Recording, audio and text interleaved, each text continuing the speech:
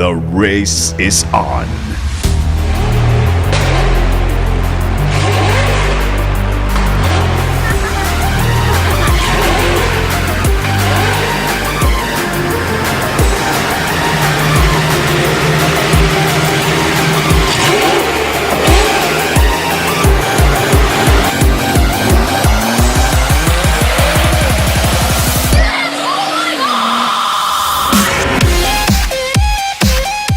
Race is all about our company's thrust and advocacy of promoting responsible driving and responsible sports car / supercar ownership.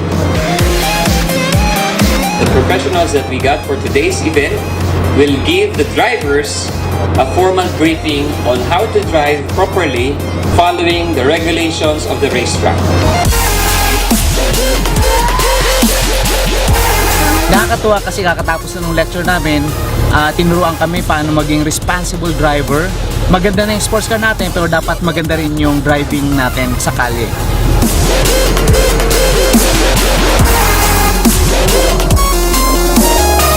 We are here today so that we can enjoy your cars in a confined environment. Ito yung tamang venue.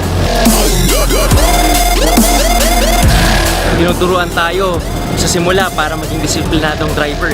Pero alam mo, yung talagang effect nito sa buhay natin, maging mas disiplinado tayo sa mga desisyon natin at the same time sa pagnenegosyo natin. Dito sa Royal kasi hindi lang basta-basta binibigay yung mga bagay na katulad ng ganito, mga sports car, given na kasi yan eh. Sa Royal, pag tinabaho mo talaga yung mga bagay na minimikti mo, mga pangarap mo, bibigay talaga sa'yo. Ang importante rito, marunong tayo magpahalaga sa kung anong meron tayo. At yun ang tinuturo sa atin ng Royal.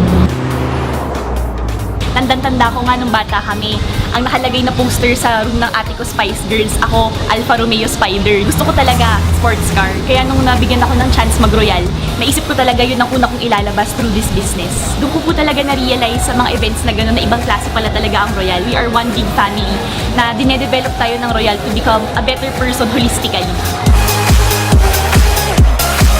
Ang maganda sa Royal, yung mentality mo, dadalhin ka niya lagi pataas eh. Hindi ka magiging complacent kung ano lang meron ka. Dadalhin ka niya sa way na hindi mo aakalain, mas mangangarap ka ng ganito. Na ang mga ginagawa nila, hindi lang nila sinasabi, kundi nakikita mo sa kanila.